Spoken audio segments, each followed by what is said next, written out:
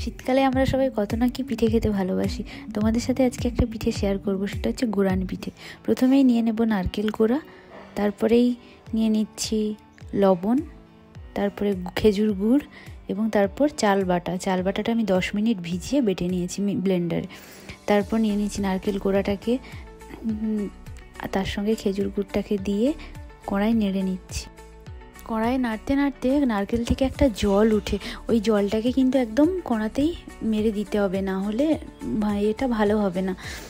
তারপর নিয়ে নিচ্ছি চাল বাটা একটু লবণ নিয়ে নিলাম, লবণ নিয়ে গুলিয়ে এরপর প্রায় আমার নারকেল কোড়াটা করা কমপ্লিট হয়ে গেছে। এরপর আমি দিয়ে দিচ্ছি ওই ব্যাটারটা, চাল গুঁড়ো আর লবণ মাখিয়ে রাখা, ওইটা কড়াই দিয়ে দিলাম।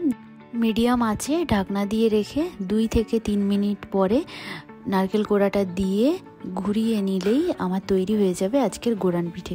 তোমরাও বানাও, বানিয়ে বলো তোমাদের কেমন লাগলো। তোমাদের রিপ্লাইয়ের আশায় আমি রইলাম, আশা করি ভালো লাগবে।